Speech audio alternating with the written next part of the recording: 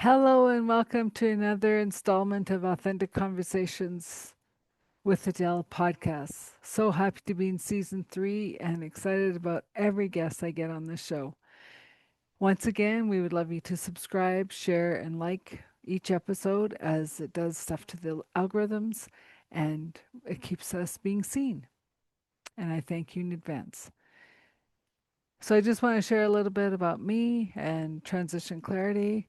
I'm a soul strategist and intuitive guide. I help people get out of the rat race or the matrix to follow your purpose or your North Star. What does that mean? It means it's all about being your authentic self, being aligned to the God essence of who you are, that you are here to be, and know that you are chosen to be here at this time of change on this earth. Right now, we are in the biggest changes that we'll ever see in humanity. And at the time of this recording, it is the beginning of February and of 2026. So if you're following me, you'll know that I talk a lot about this, the change, asking whoever to step up into who they're supposed to be for this world. We all bring our unique gifts. As it's been said, we're our own unique puzzle piece to the world map. And so if you want to dive deeper and have a conversation, follow me either on LinkedIn, Facebook, or book a call with me. It's a free call if you want, and we can discuss further. You know, how are you showing up in your life? How are you being the lighthouse in your own life for those around you? And with that, let's welcome our guest. Today we have Dr. Enola Harris Pedro. She is a scholar, practitioner, author, and ceremonial elder who works bridge ancient wisdom and modern mastery.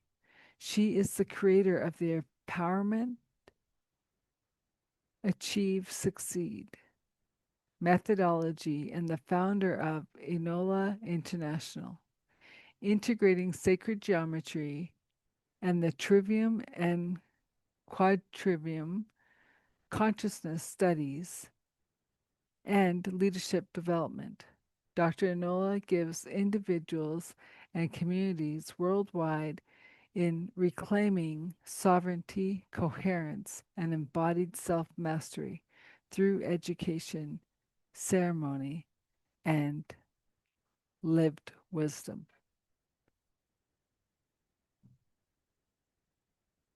And her special offer is she'll do a free call with you too. That's great. And with that, let's welcome her to the show. And here we go, Dr. Nella. Welcome to the show. Thank you. Thank you so much, Adele. It's so great to be here. Great. So, like I start off every podcast conversation, how did you end up as Dr. Enola doing the work you do? Like how what was that journey? What was that transition for you? Wow. Okay. I So know, a light question. A light little how far question to how start far us do you off. want to how far do you really want to go back? Okay. So actually for me what I'm going to interpret it is that how did I end up here and Mhm, now as I am. mhm, And when I look at as I am, I'm a grandmother elder. I am a medicine woman, and that comes to me first. The doctor, etc., that's education. We all go through it. good, It's all good, right? But that's not what defines me. mhm, So when you ask me that, I'd really have to revert back to the fact that, just like everybody else, I graduated from university and mathematics and, found my first job. I ended up designing computer networks for a living and I did the whole strategic corporate thing, So there it is. I started a career in IT, got Mm-hmm. recruited by a Fortune 500 company, ended up uh, managing the very group that I was hired for, and then started doing really huge projects and then programs. Mm-hmm. And I would deliver projects and programs across the world for this particular company, but I wasn't happy. Yes. And we each reach a time in our career where there's a longing in our heart. So with that, I was married. I have two beautiful boys, and they're grown men now, Mm-hmm. So at the time, and I finished my education while I was in corporate. I got my MBA and graduated summa cum laude, top of my class. Mm-hmm. And I wasn't happy. It still wasn't satisfying. That quench of needing something else wasn't thirst. That thirst wasn't quenched. Mm-hmm. So what I basically had was this longing in my heart, this longing in my heart. And it started off with like, I want to know my history more. I want to know my traditions and what they were. Because as an African American, we all have that history of we were brought to America through our lineage. We didn't start there. Mm-hmm. So, understanding that when I first looked for elders that were African, I couldn't find them. And knowing that on my father's side, my great grandmother was Cherokee. And I was like, Mm-hmm. okay, so I'm going to look for a native uh, elder to at Mm-hmm. least start because I want to just explore this aspect of me that basically, what are my traditions? There's got to be another way of being. I'm doing the corporate thing. I grew up in New York City, in Queens. I'm doing the city thing. And it's not The meeting land that. is calling you. Yeah, that urge, that calling, that time when your heart is just not satisfied. So I ended up getting a beautiful Mother's Day gift from my family to go to the 13 Indigenous grandmothers. I had Mm-hmm. saw them. I kind of mentioned it to my husband at the time. And then that's what he and the boys gifted me as a Mother's Day gift. So I go. I didn't know what to expect. I just, it seemed interesting. I go. Well, little did I know that that event really was the pathway that started the change of my whole world being turned upside down. And for those people who don't know who the 13 Indigenous grandmothers were, they were 13 women that were the medicine women of their community, Mm-hmm. that were from all over the world, that came to fulfill a prophecy Mm-hmm. that not only would they come together, but that they would start opening up the doors to the teachings and the stories and the ceremonies that have always been closed to outside people because it was time for unity. It was time for everyone to be taught. And so, what each one did is each day they did ceremony in their own perspective culture. So, grandmother from Tibet did it the Tibetan way, grandmother from Nepal did it Nepal, the way the Nepalese do it. And Mm-hmm. when I say grandmother, I mean medicine woman, because that's an affectionate term for Mm-hmm. medicine woman. And, grandmother from Africa, grandmother from Lakota, all over the world. And so here I am experiencing this ceremony Mm-hmm. and I'm getting blown away. Like Mm-hmm. this little 4'2" Nepalese woman sits down. She has her altar in front of her that she created. And she starts praying and she starts calling the 72 names of God.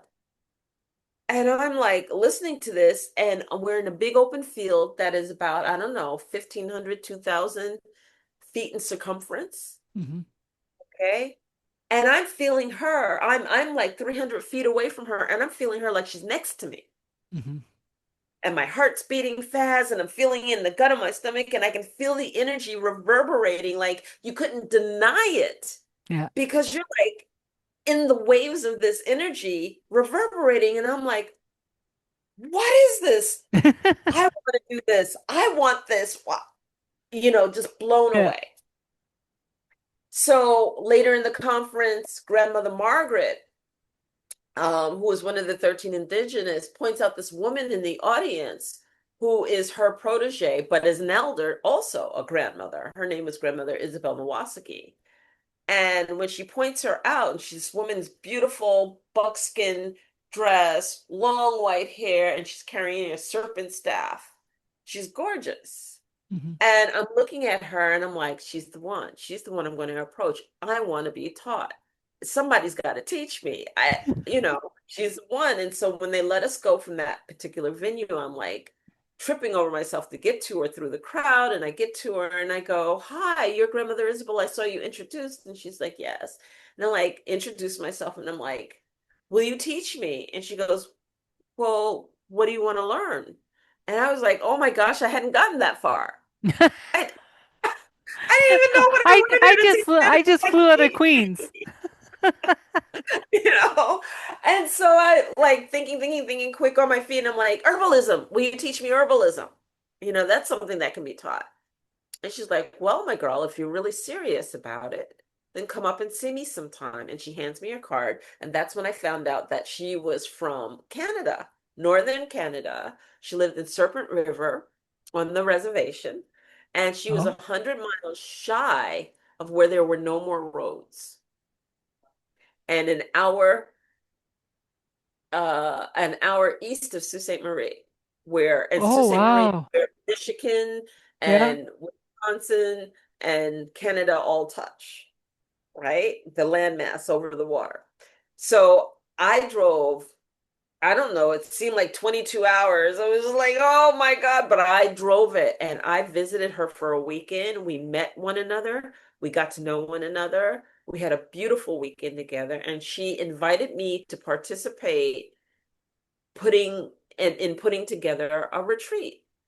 And it's like, okay, this is great. I'm going to put together. I'm a project manager for the Fortune 500 company.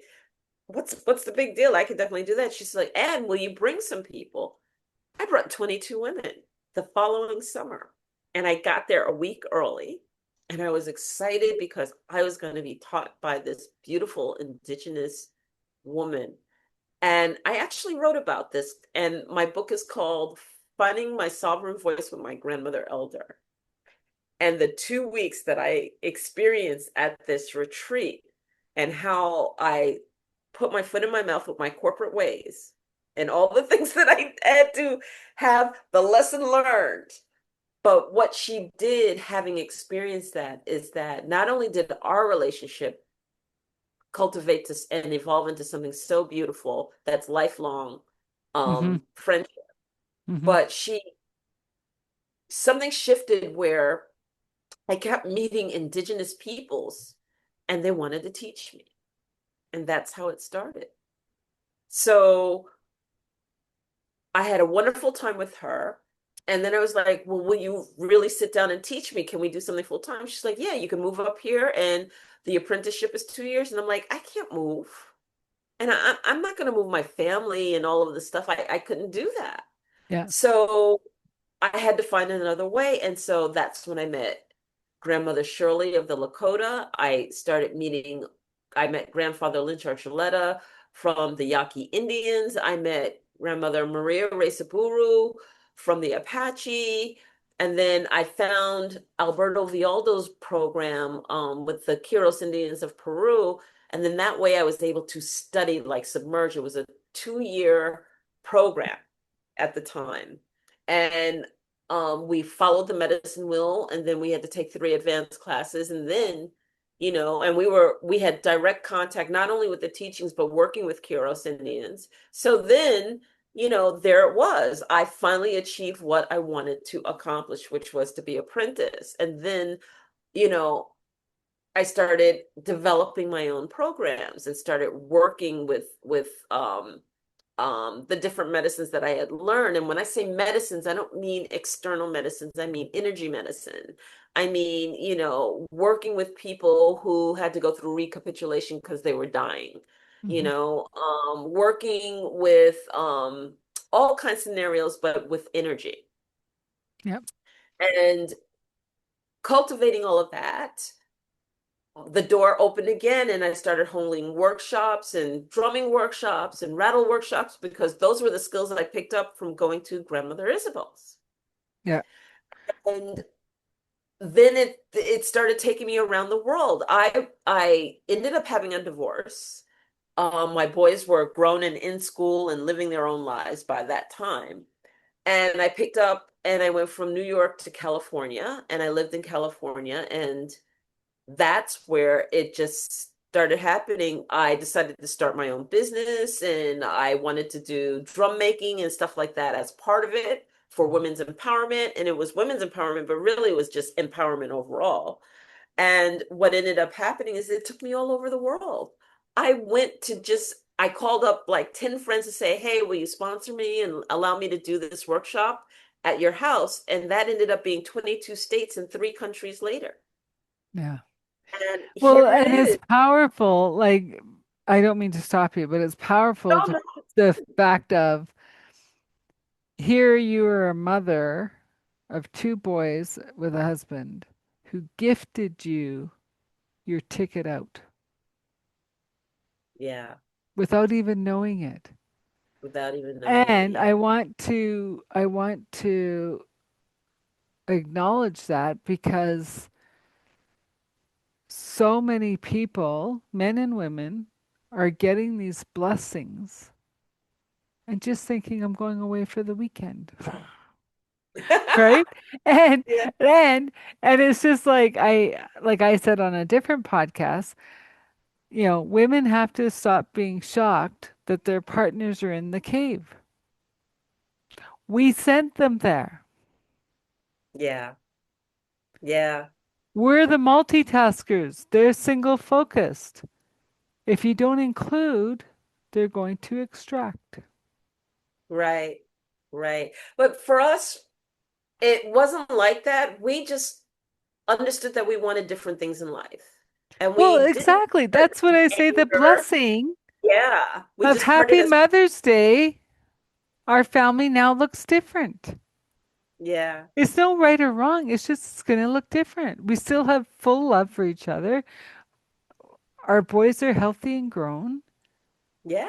The relationship's going to shift anyways because they're not little babies. They're not needing to go to baseball practice. They're not, right? They don't need mom and dad as mom and dad. They need them as peers, right? So everyone's evolving and you came together as a, a unit of four to this is the next evolution Yeah.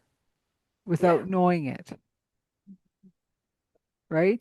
And I love that you studied with the different tribes and stuff because every tribe has its own magic, Yes, it does. right? And Absolutely being from right. Canada, like I know like our Nakota is different than our blood, different than the Cree, different than, right? And it's just um like some are known as the bead workers, like Saskatchewan Cree, I think. They're the bead workers, Mm-hmm.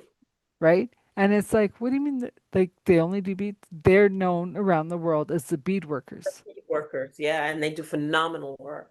right? And so it's just interesting. And um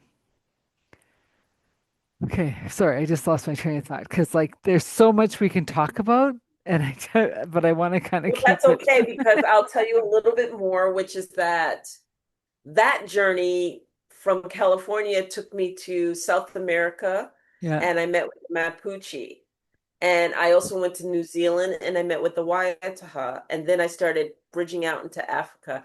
It's amazing. So I studied with the Sangomers. I was initiated with the Quiros Indians of Peru. I went through all 13 rites of the Munaki.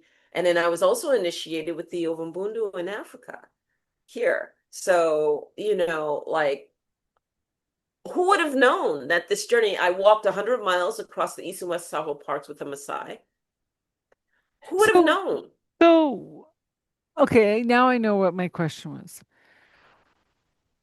Where's the thirst to keep on learning and studying the different tribes? Oh, it's here. It's No, I in know, but like what kept you going all these different places in the world? Like, and it's funny that you started with the Canadian one. I don't I have to tell you that the thirst is the fact that you have to understand what a grandmother is. A medicine woman is elected among her community know. Yeah. to be the caretaker of that community energetically, um, in all aspects of Hmm. the community. My community is the world. Okay. Because go 100% full circle, I ended up being initiated by the very first grandmother I met, grandmother Isabel Mawaski in Northern Canada, as a grandmother. Cool. And when she sat down to question me, she said, "Oh, well, my girl, um, well, who is your community though?"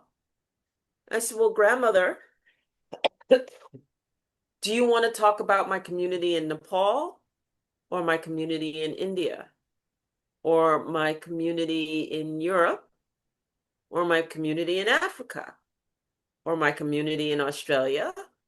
Like I have community all over the world, and depending on where I am and who I'm to engage Hmm. and what ceremony is being asked of me, Hmm. I can share with you, and that's what makes me different. And maybe that is why I ended up being taught by so many medicine men and medicine women across the world because I have a respect for all culture. But you also came with a willing soul to learn. Yeah. And and when it's like the old saying, right? When the student is ready, the teacher appears. Throw ears. And you show up with this open heart, this open soul saying, I'm a sponge. And they go, here we pour.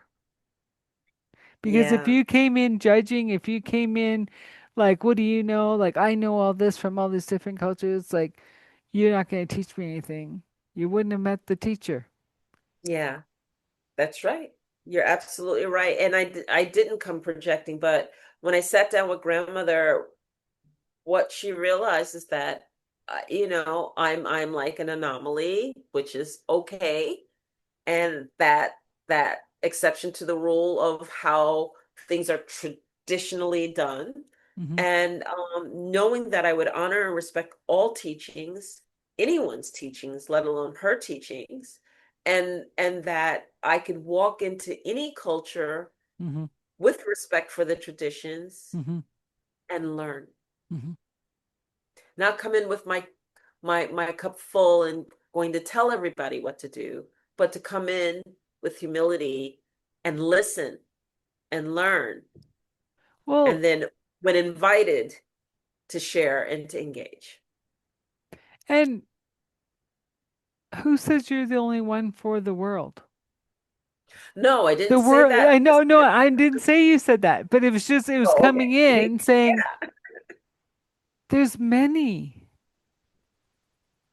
and yet there's so few, right?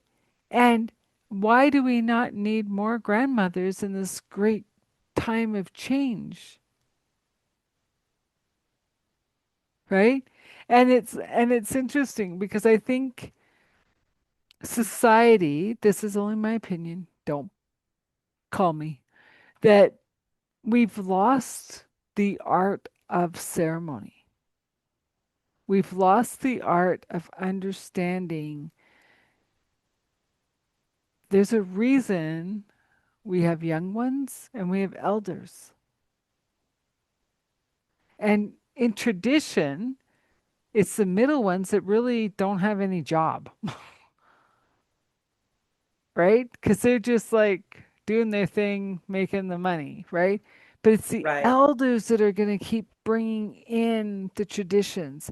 And the younger ones are being raised by the elder, or used to be raised by the elders, right? As they came into manhood, as they came into womanhood,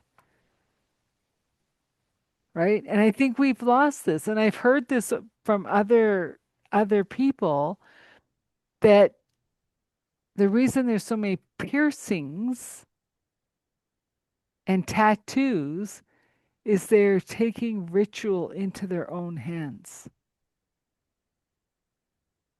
And when I heard that, I was like, now that makes sense.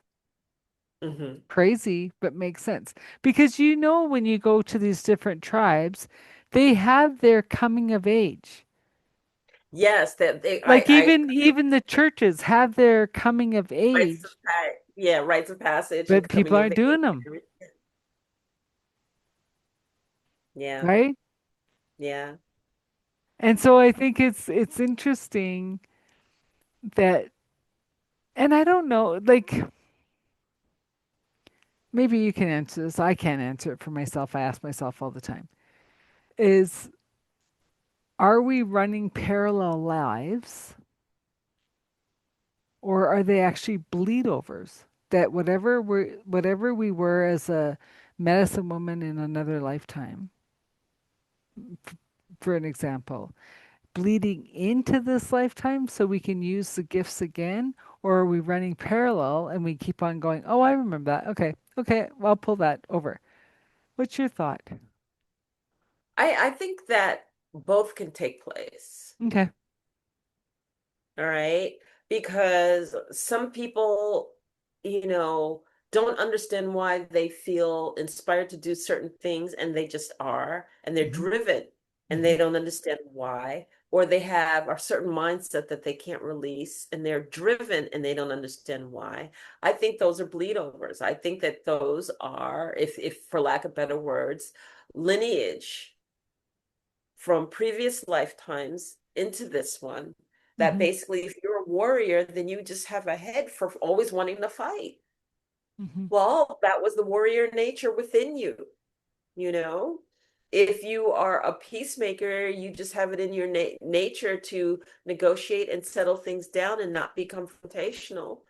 That Hmm. might have been the previous life that you always had.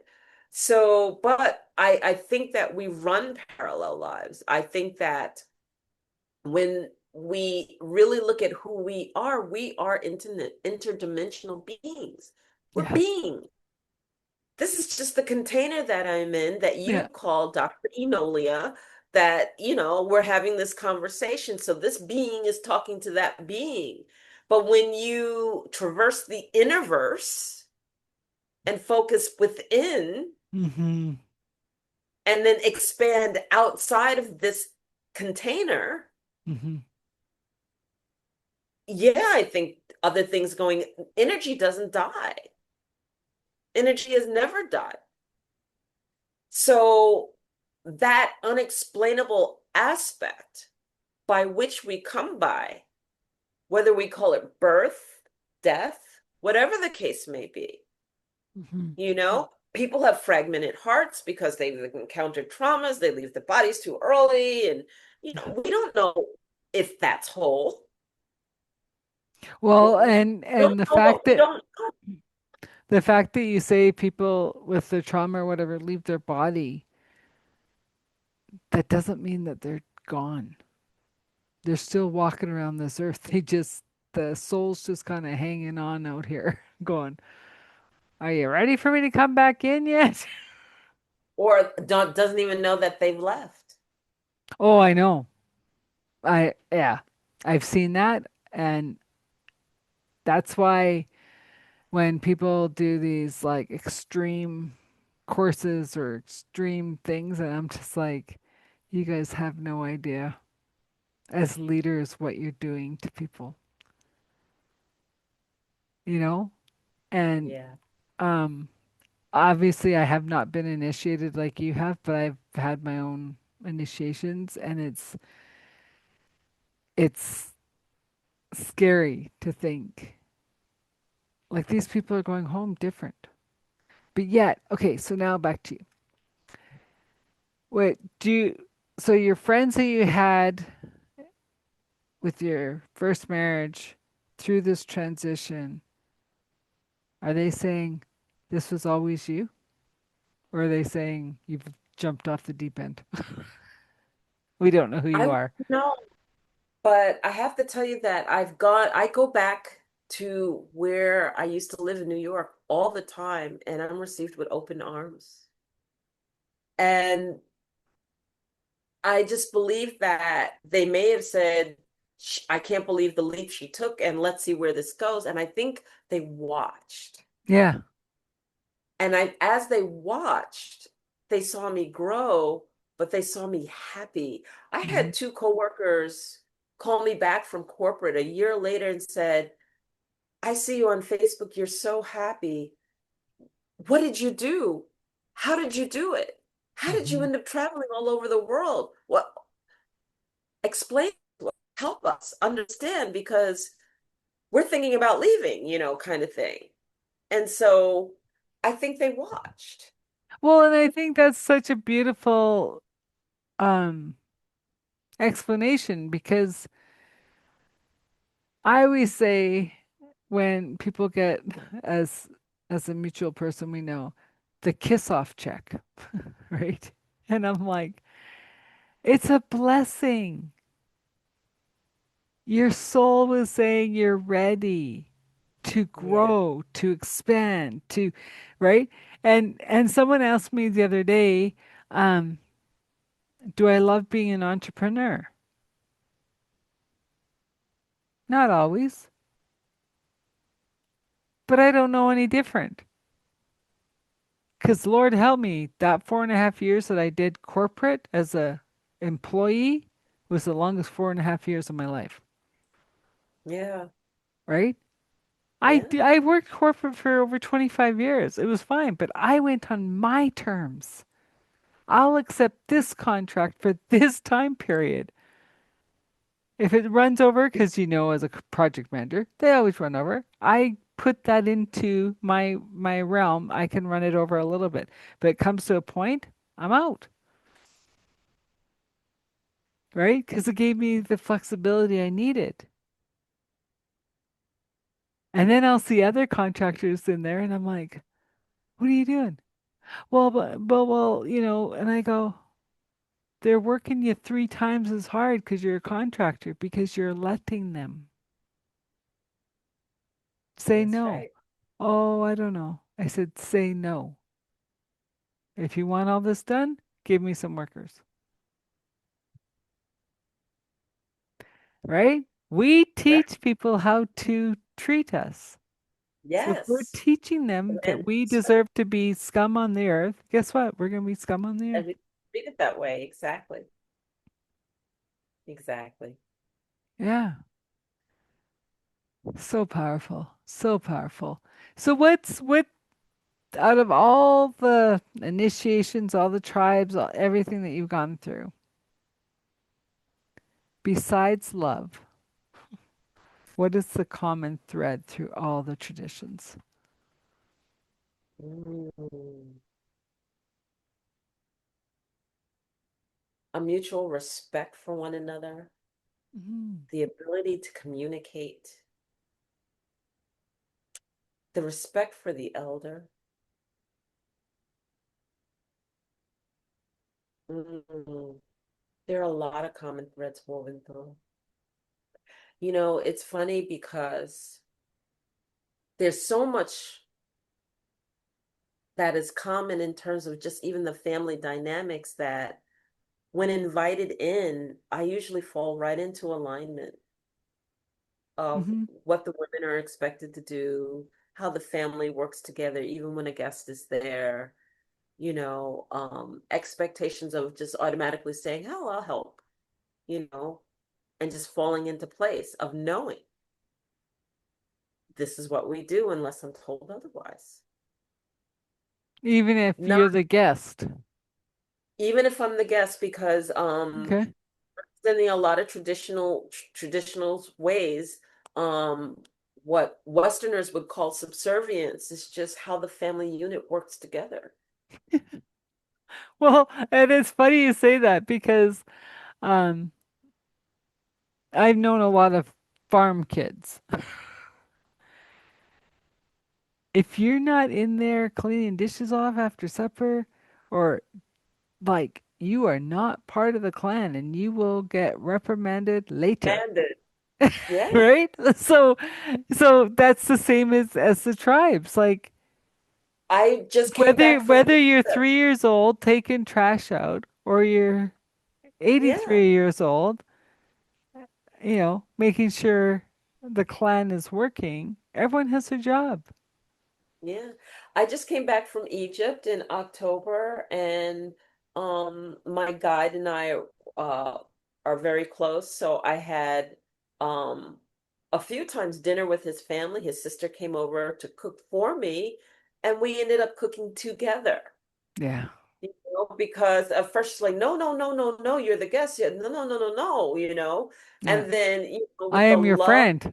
how to approach and mutual respect and how to speak and everything, we just fell right into play in cooking together.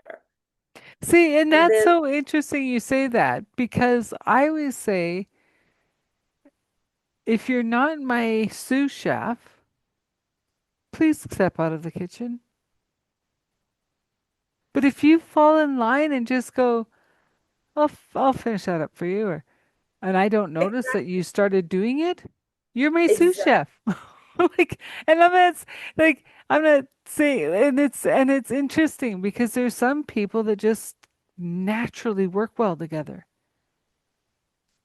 right? And there's nothing that warms my heart as a couple that can do that with each other, especially if you're on the big island and everyone's sitting around chatting and they're just like making this beautiful meal in front of you without even a little bump. Like, what it is too is that most people don't realize that there's a rhythm every country abides by, and they're all different. hmm And I remember going to Egypt and spending the first few days there, and all I did was sit still and just take in the rhythm of the country, hmm just watching the way people move. When do they go to bed? How do they work? How do they get things done? Do the horns ever stop? And they really never sleep. There's always movement. There's always movement. But there is a very deep respect. You see it in the relationships, in the gestures, and everything else in the engagement with one another, but right? okay, but Egypt never sleeping is different than New York never sleeping, Yeah, it is. It is. right? Like Because Egypt has in that. never sleeping, you don't have to worry about inappropriate someone approaching you wrong or getting mugged, blah blah blah blah blah blah blah. That's not the part of it never sleeps. I hmm remember being out at 2 a.m.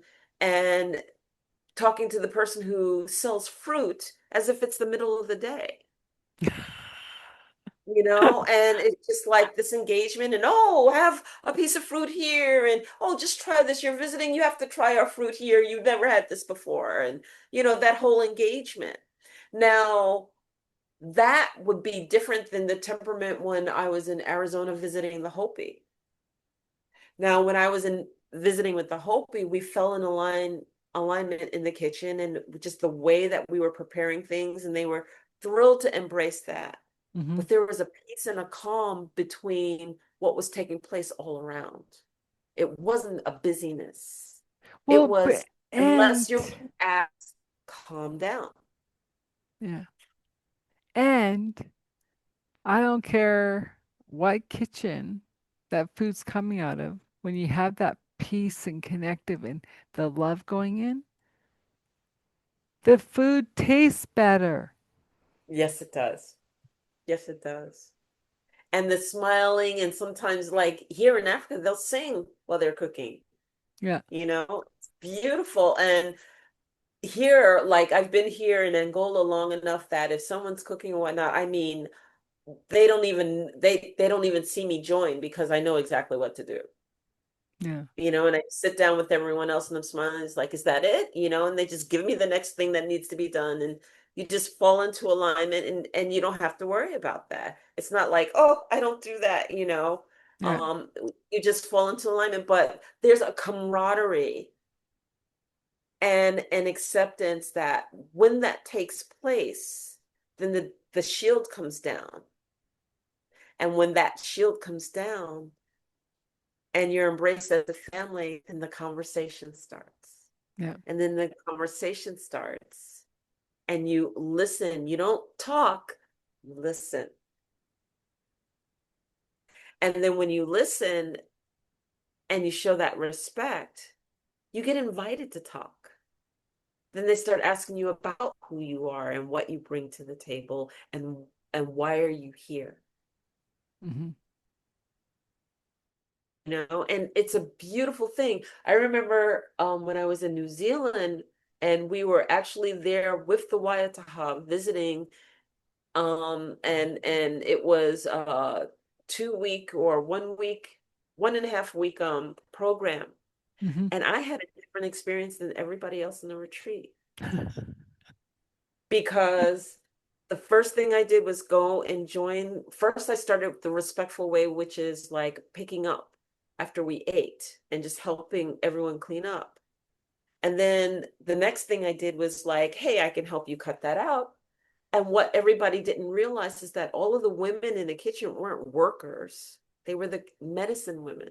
Yeah. They wouldn't know that. Why? They were too, a handful were very arrogant and so busy turning their nose saying, oh, you missed that over there. Or I don't do that, and going through their iterations of their boundaries, Egos.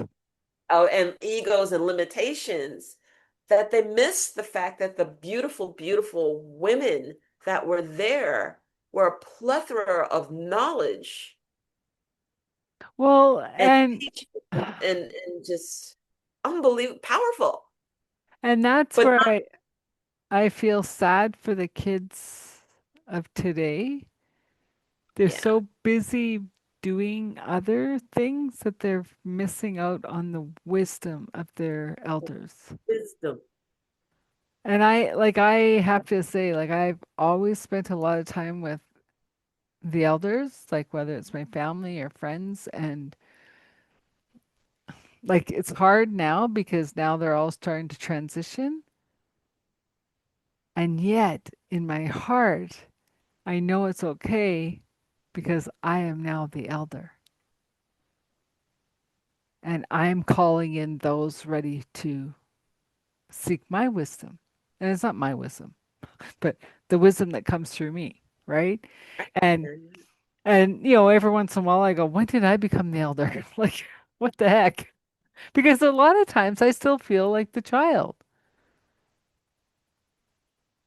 right? Because of being with the elders. Yeah. And it's a powerful journey, but it's also, I don't know if this is the right word, but it feels like a reverence, yeah, like an honor, Mm-hmm. It you is know? an honor. Yeah, yeah. And it's different because I didn't have children of my own. I said, "Oh no, I'm auntie to everybody." And they go, "What?" I go, "I'm auntie to everybody." I mean, my nephews are in their like in their 30s and their friends from university and their adult life still don't know my name. I'm auntie. Like I understood it was like when they're 5 and 6. Oh, that's my auntie. Yeah. But when you're 30, don't I have a name? Auntie. Okay. Right? And so I honor that because that's a name that has been given and they cherish rather than given my birth name. Right? Just like the community elders or the grandmothers of the community. That's an honor, not a name. Right. Yeah. Powerful. Where's life taking you now? Mm. What's on the horizon? What are you getting excited about? I'm getting excited. I'm about to, in a couple of weeks, go to Australia. Right. And I'm really, really excited about that in the respect that I've been really feeling the land and speaking to the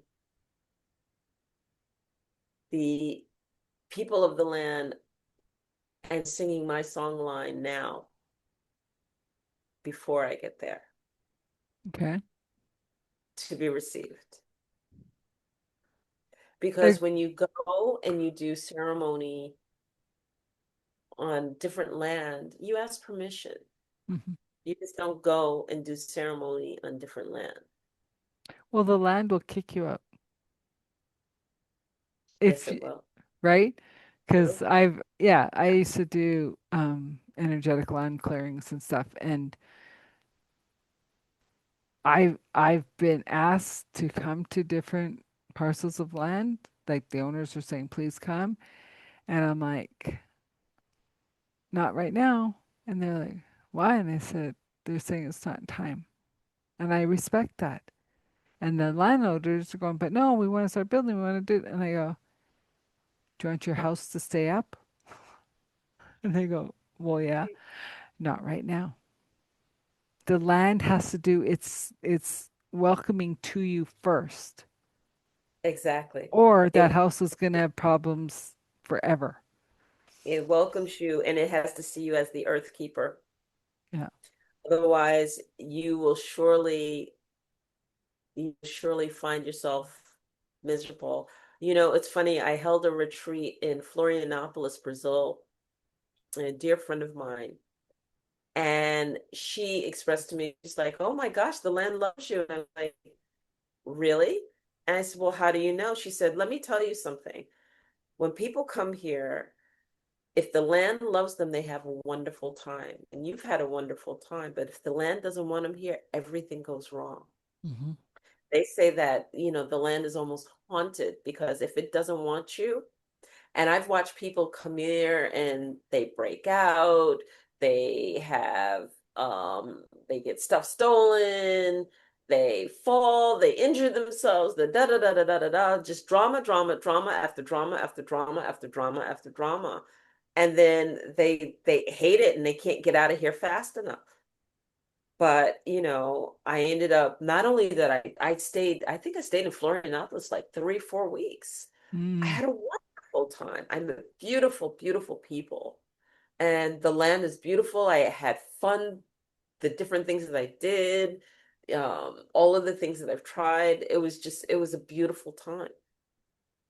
It was Well, beautiful. and it's interesting because I've been noticing the people who consistently go on cruise ships. And I'm like, Okay. right? And I'm watching it. The ocean is the same ritual. You can shift through more stuff, well, give or take with the 5,000 other people with you. But like it's quite an experience to be on the water, the open sea, Mhm. right? And I remember like I was part of this company and they used to rent out the whole ship, right, for the company. And the staff on the ship would always go, "Oh, we love it when you guys do this." We're like, "Why?" And they go, "We don't know, but the ship is so different when you're here." Right? And so one night we had this big party where, dancing, having a good time, whatever. And the next morning, our services, did you check out the seas last night? And we're like, no, we're at our party. We had no idea. The waves were just crashing and we're just like having a good time. No idea. Like, you know, because the energy that we were creating as a group on every part of the ship and the ocean was rejoicing in it with us. Yeah. The captain, maybe not so much, but you know, he got us back to dock safe. But like, and it's really interesting because I remember saying after that cruise, I don't think I ever want to go on a normal cruise because that was so spectacular with the energy. And Yeah. like that's the same with the land. It's like respect the land. And living where I live in Calgary, like we have we're surrounded by the seven nations, right? And Yeah. and so instead of having big well reserves of water, all the building of the houses is fracked all that water into creeks. So it's chaotic now instead of just being big reservoirs. And it's interesting the difference in even just in the house, like in my land around the house, like you're constantly clearing it Mm. because the fracking of the water, Mhm. you know? Yeah, it's fascinating. It is. I truly, water is life. Water Yeah, is alive and water is life. So, yeah. yeah. So, and there's been talk that the people that are going to bring us into this new world the fastest and the most dramatically is Africa I think because that what we're actually doing is we're witnessing uh evolution and shift. hmm And, this, I don't talk politics, none whatsoever. mm-mm, I just don't. But we are living through a shift hmm that is grand, that is taking place. And in the end, I really do believe that that which was perceived as weak will end up leading. well, and that's what I was trying to get to is that Yeah, why they're saying Africa is going to be the lead on this is because they didn't go into the craziness of everything. They stayed in their communities, they stayed in their rituals, they stayed in the groundedness of life. yeah, And so, where do we get the most momentum in a new revolution, wave of n- like this new world? Is in the ritual, the groundedness, the community, right? yeah. So you guys, so Africa always stayed centered. I'm not saying they didn't have their craziness too, right? Because they No, can, but I know they, what you mean by centering, centering in the family, centering in self, centering in many different things, not hmm going off on tangents, hmm you know. So yeah, I really do understand what you're saying. Yeah. yeah. Yeah. Well, and it's um because I remember growing up with my friends' families and then we were adults and they'd be saying, "Would you stop talking to us like Mr. and Mrs.?" And so I just stopped addressing their name because how do you not still respect that they're Mr. or Mrs.? Yeah, okay, I might be an adult now, but you're still my elder. Like no matter how we Exactly. look at it. And then here they have names for you. So as an elder who doesn't know me, I'll be addressed as madrina, which is like godmother, or my Oh, mother, or tia, you know. Like, I don't know you, but you're my auntie for now because that's how I'll address you. But you never, ever call anyone who's older than you, not even elder, older than you, by yeah. their first name, right? So as I meet my husband's family and all of the wives, they call me Mana, which is sister, because I'm the oldest of the wives. Okay. So Interesting. you have all of the different names that you were called, but it's always out of respect. hmm And I remember being with my madrina, okay, which is you get a godmother when you get married, and she is in your life and she watches out for you. in every respect. And I remember my mother, somebody had called her by her first name. She said, I am 64 years old and I've earned the right to be called Madrina, so don't you ever call me by my name, my first name again. And he's like, "Oh, I'm sorry, I'm sorry, I'm so sorry." So Like, they do, it's oh, only Madrina and not Madrina in your name? no, it's Madrina. Madrina is the term. I know, And but what that's if like, there's five of you in the room? which Madrina are you talking about then? That's Well, all. yeah, so that's what I'm saying. Like, if there's five in a No, it's not room. Madrina Enolia. It's just Madrina. It's like, no, no, you know, Oh, okay. That's interesting. yeah. That's interesting. That, yeah. But remember that I'm in a Portuguese speaking country, so for word translation, we don't have that. No, but I mean, auntie's auntie. Auntie's around the Yeah. world, right? Or like if it's not auntie, it's TT or whatever. Like, I don't know, Yeah. whatever. So Tia might be said, and three of us turn around, and then we see which one is being It's spoken. actually being spoken to. Yeah. But like we have different words like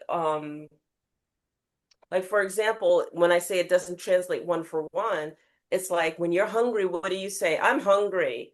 Hmm. Or you say oh, I'm starving, or Hmm. you say oh, I'm, and there's like 7 8 different words for I want to eat, but here there's only one word, tame foamy. I have hunger. Okay. Tame foamy. You don't hear I'm starving, I'm this and that. There's no translation for any of those words. Is do you have hunger? Yes, I have hunger. Oh, Você fome? Sim, eu tenho fome. I have hunger. Yes, I have hunger. It's time to eat. But you don't hear I'm starving. well, I know, but that's probably why our English language is so hard to learn because there's so many exceptions to the rule, Rule. Yeah. right? Where like French or Spanish or even Portuguese, they're still based roughly in the original Latin language, that Yeah. it's masculine word, feminine word, very few Yeah. exceptions. Carry on, right? Yeah, where we have, I don't know what kind of word it is. Is it masculine, feminine? It's just a word, right? Like, Yeah. and so people coming from other cultures are going, this is the hardest language to learn, you know. Yeah. Other than writing, Japanese or Chinese could be easier than English. I don't know that No.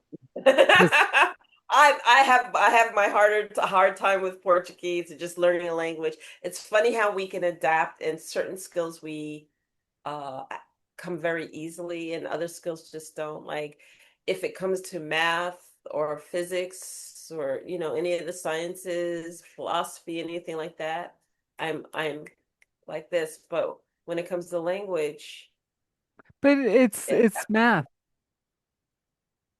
right? So math is music and language.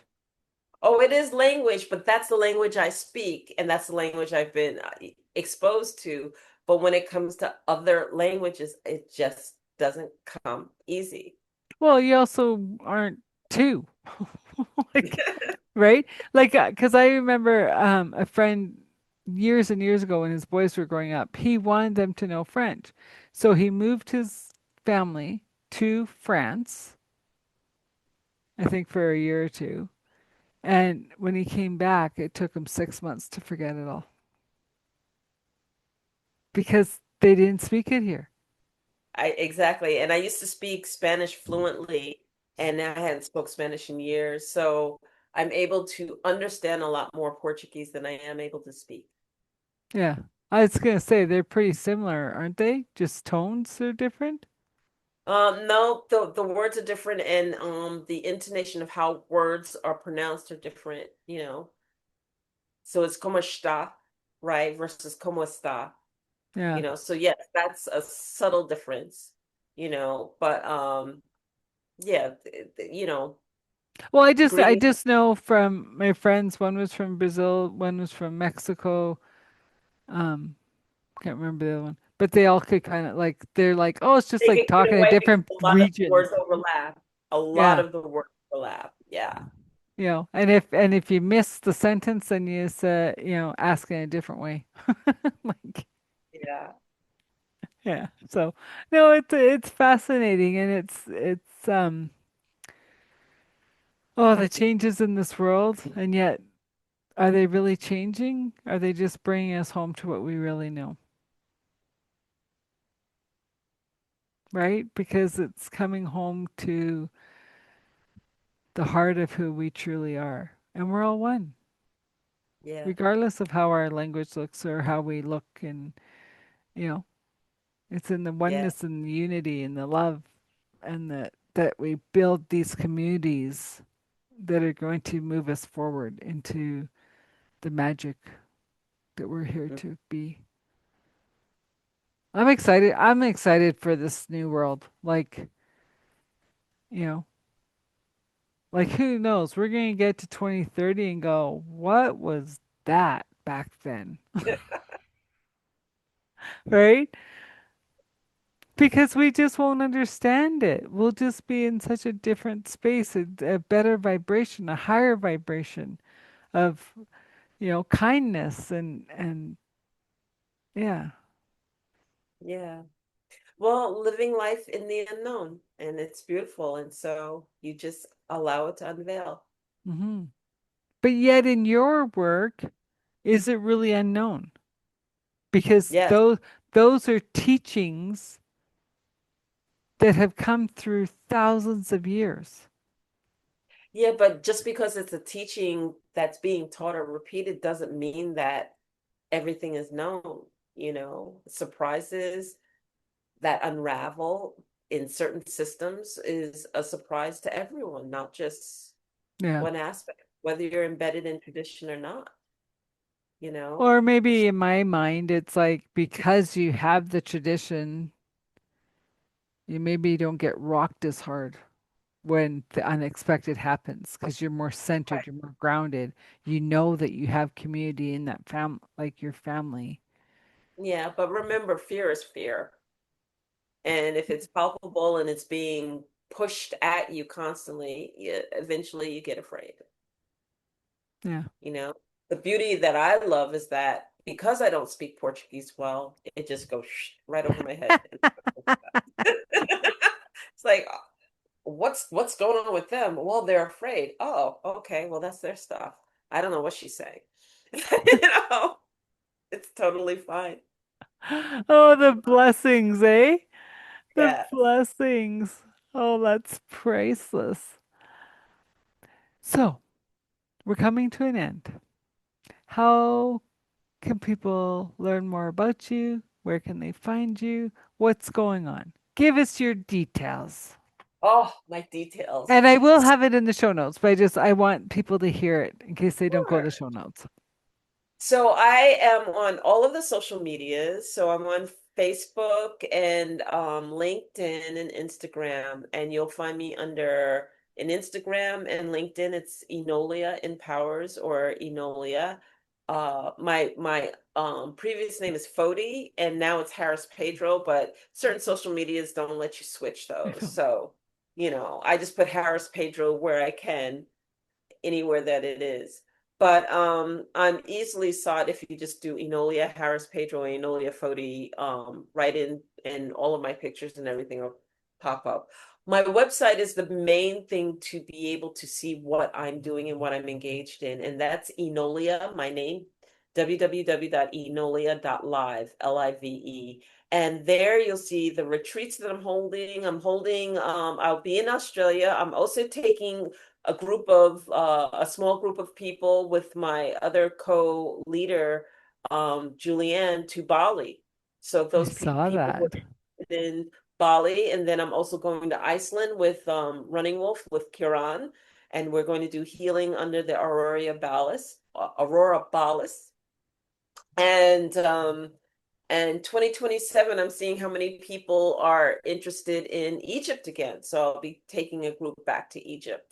And then basically, I have some new books that have just entered the market. I have The Trivium that is now available online, which is a restoration of rhetoric, grammar, and logic. Okay, for those people who are interested in establishing a really good foundation on in the trivium. I have the sovereignty of worth that I co-wrote with my dear friend and author Bukeka Busede Blakemore. And that is a beautiful experience because we really break down systems Mm. and we talk about what systems actually were there to impact our worth and the treatment of how individuals were treated in those systems and how it weighed on us in terms of our worth and our value.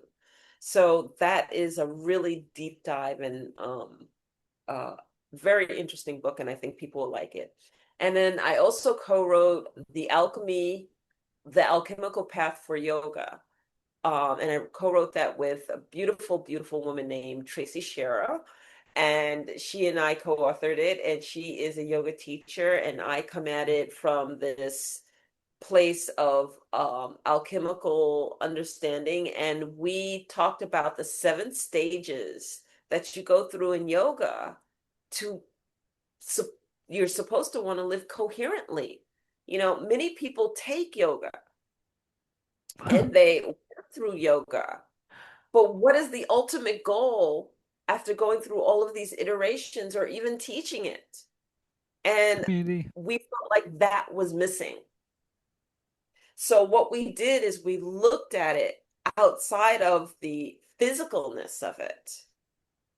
And we took its whole to say, here's what you're aiming for when you go through the iterations of it. You're Well, aiming for a more coherent life.